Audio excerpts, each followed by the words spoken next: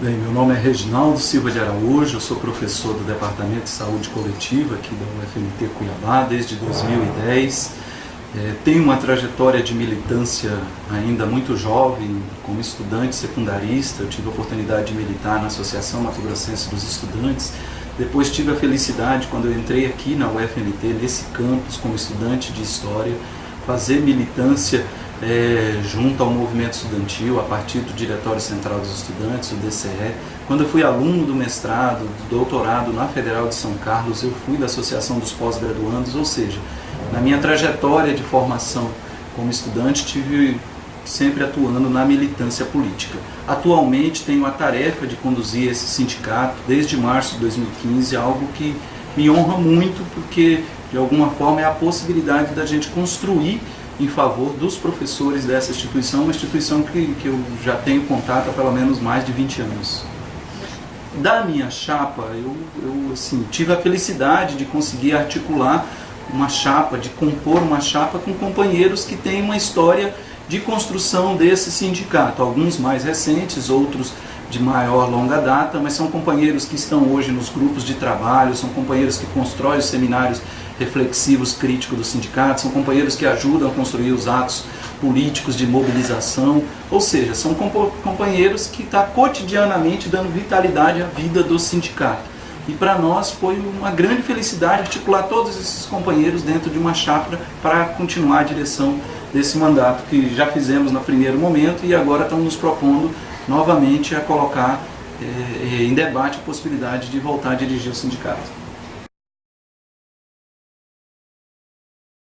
Assim, nós acreditamos que a Dufimate de luta é porque há uma necessidade de reafirmar sempre que possível a importância do histórico que esse sindicato construiu e que ele deve continuar construindo. O sindicato é uma instância representativa da categoria e ele tem que se caracterizar como um sindicato de luta, um sindicato que dispõe-se a fazer os enfrentamentos para garantir condições de trabalho, para garantir que os nossos direitos não sejam retirados.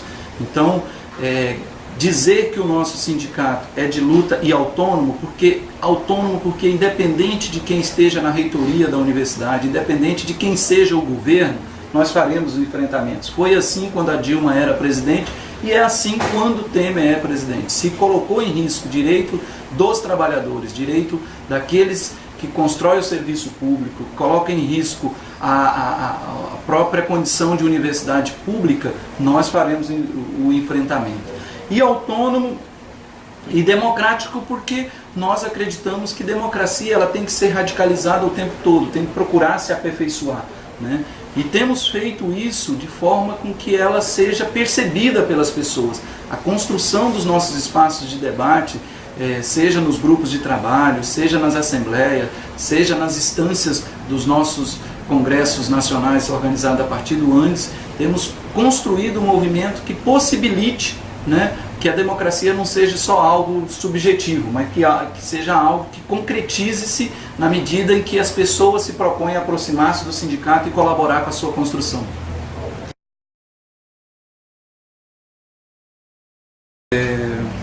Luana, nós estamos vivendo uma das conjunturas mais difíceis da história do movimento de resistência dos trabalhadores. Nós temos um Congresso Nacional subserviente aos interesses do capital, subserviente aos empresários, aos banqueiros, aos latifundiários. Nós temos um judiciário e um governo federal na mesma postura, na mesma linha, e tudo isso coloca em risco direitos históricos conquistados pela classe trabalhadora. A reforma da Previdência é um desses principais direitos, né? Temos aí de fato uma reforma que coloca em risco que nós podemos não nos aposentar. Nós temos uma reforma trabalhista que, a partir de uma busca de superação da CLT, a consolidação das leis trabalhistas, que de fato que garante os nossos direitos, há empresários e há deputados na mesma sintonia afirmando que o direito às férias é um direito que não deve ser garantido, o direito à licença maternidade, o direito de jornada de até 8 horas.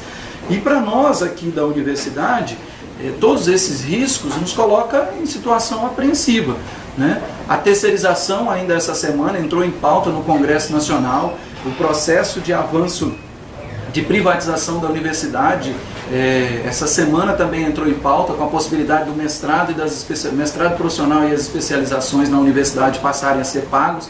E tudo isso tem um efeito para nós que estamos aqui, porque quando avança a possibilidade de terceirização, é a possibilidade da gente ter professores não sendo mais contratados pelo regime jurídico único, via concurso. É a possibilidade de professores serem contratados via organizações sociais, via terceirização. Então essas reformas nos coloca numa condição de construir mobilização, construir trincheiras para resistir. Então é uma das conjunturas mais difíceis para o movimento sindical no país.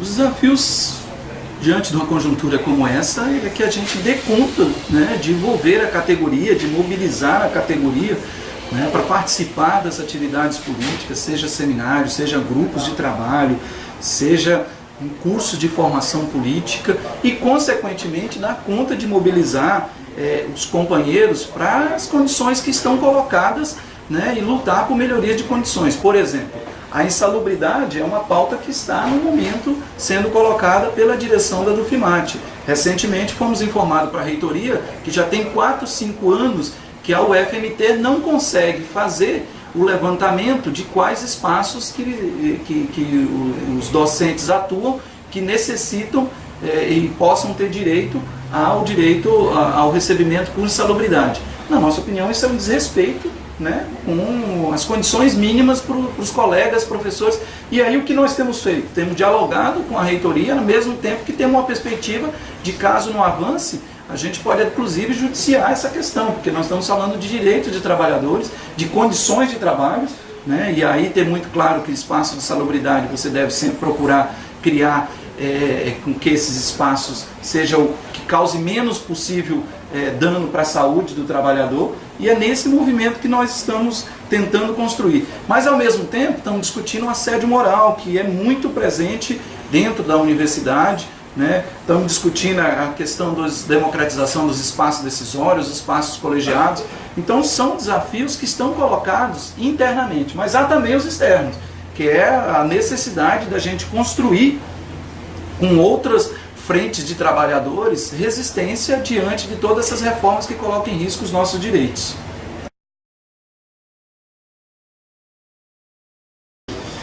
Luana, nós temos que buscar ter a capacidade de dialogar, né? Dialogar com as pessoas no sentido de convencê-las da importância de construir resistência, fazer os enfrentamentos. E aí, quando eu estou falando em fazer o enfrentamento, é um enfrentamento local. Quando a gente vê, por exemplo, postura de uma reitoria colocar em risco aquilo que é do nosso direito, mas o enfrentamento também em nível nacional, quando a gente percebe que tem um Congresso, que tem um governo que coloca os nossos direitos em risco. E aí nós temos já realizado nesses 2 primeiros anos, e temos que aprofundar ainda mais, buscar fazer seminários, buscar fazer cursos de formação, buscar trazer os sindicalizados para mais próximo possível do sindicato, para colaborar em suas decisões e, consequentemente, construir as lutas.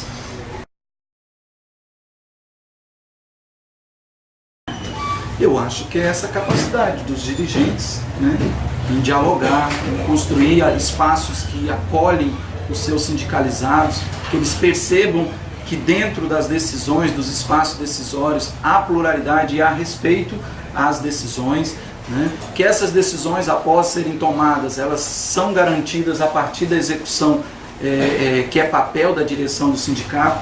Então são desafios, a capacidade de garantir uma autonomia sindical, temos sempre essa perspectiva de fazer com que a ideia de democracia seja sempre aperfeiçoada, mesmo porque é um exercício que precisamos contar com as pessoas para ele melhorar. Então, assim, defender os interesses da categoria, ao mesmo tempo que busque garantir para esses colegas direitos como, por exemplo, 28%. Recentemente, né, nós tivemos essa conquista agora para toda a categoria, nós tínhamos ela até então para aproximadamente 1000 professores. E fizemos isso de forma absolutamente transparente, em várias assembleias, em reuniões com os colegas no campus Araguaia, em reunião com os colegas em Sinop, em reuniões com colegas em Rondonópolis, que não é da nossa base, para tentar apontar tanto para os advogados quais são os melhores caminhos junto à justiça, como também para fazer pressão sobre a reitoria. Fizemos um ato, por exemplo, ainda no mês de outubro, extremamente importante na porta da reitoria para dizer, olha, o 28% conforme decisão judicial é um direito nosso e nós queremos que esse recurso comece a entrar em nosso contra-cheque. E por muita mobilização, isso tem sido concretizado.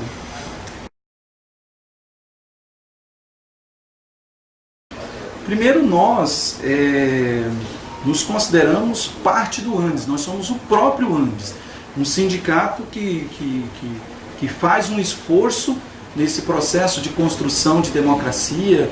Eu tenho tido a experiência de participar de alguns congressos, do Conselho Nacional das Associações Docentes, o CONAD, e eu tenho percebido que esses espaços são espaços de construção de base. Para as pessoas terem uma ideia, os dirigentes do Andes não votam nesses espaços. Quem toma todas as decisões dentro do nosso sindicato são representantes da base. Movimento de greve, por exemplo, quando se forma o comando de greve em Brasília, o comando de greve é absolutamente formado e os votos são apenas dos representantes dos sindicatos da base, das associações docentes que estão espalhadas pelo país. E isso é um esforço do nosso sindicato nacional e nós somos parte desse sindicato na construção da democracia. E, consequentemente, as suas decisões apontadas em congresso são as decisões que nós devemos operar quanto dirigentes que estamos aqui fazendo o sindicato local.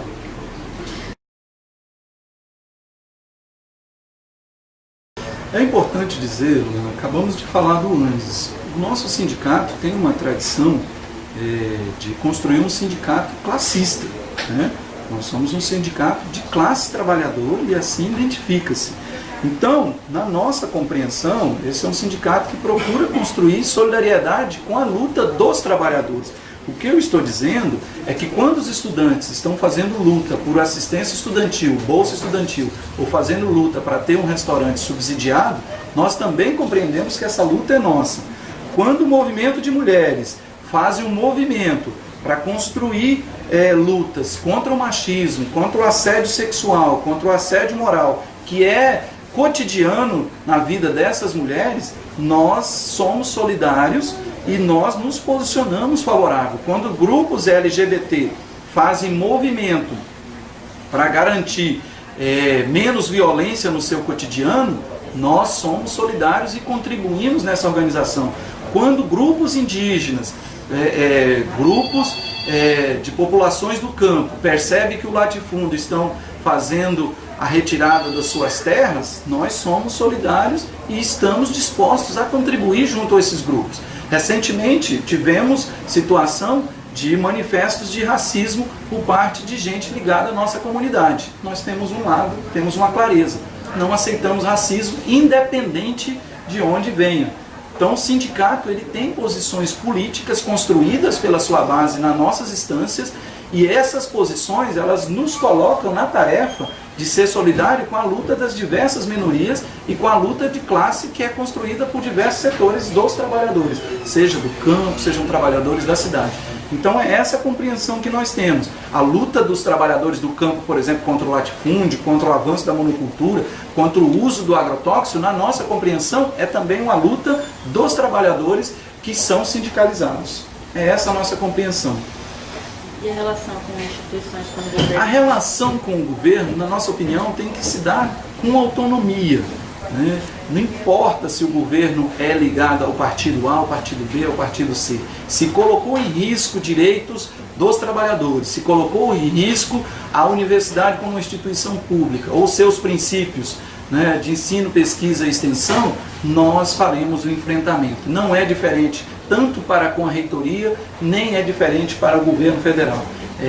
Essa é a nossa compreensão. O sindicato tem que ser autônomo em permanentes diálogo, e na nossa opinião nós temos que abrir espaço de diálogo com essas instituições, mas ao mesmo tempo ele tem que exercer o direito de ser autônomo e o mais transparente possível com a sua base e, de vez por outras, fazer os enfrentamentos que são necessários. Né? Vez por outra, de ir, por exemplo, à porta da reitoria e dizer o 28% é um direito nosso, e nós queremos esse direito em nossa conta bancária. Né? Algo que nós fizemos nos últimos meses.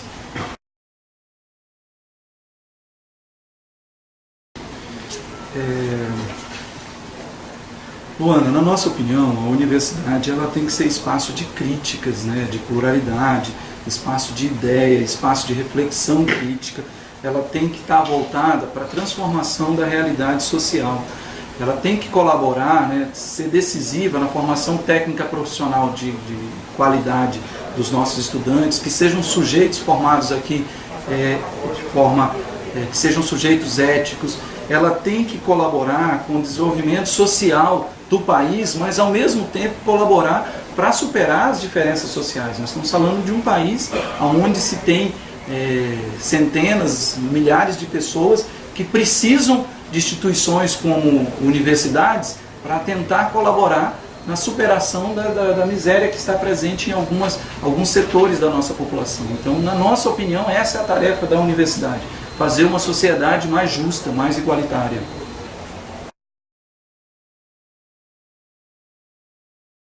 Assim, a condução do sindicato nos últimos anos foi colocado vários desafios. Em todos eles nós compreendemos que para fortalecer o sindicato nós temos que contar com cada sindicalizado. 1/4 dos sindicalizados hoje na Dofimate, nós temos 1.632 pessoas sindicalizadas.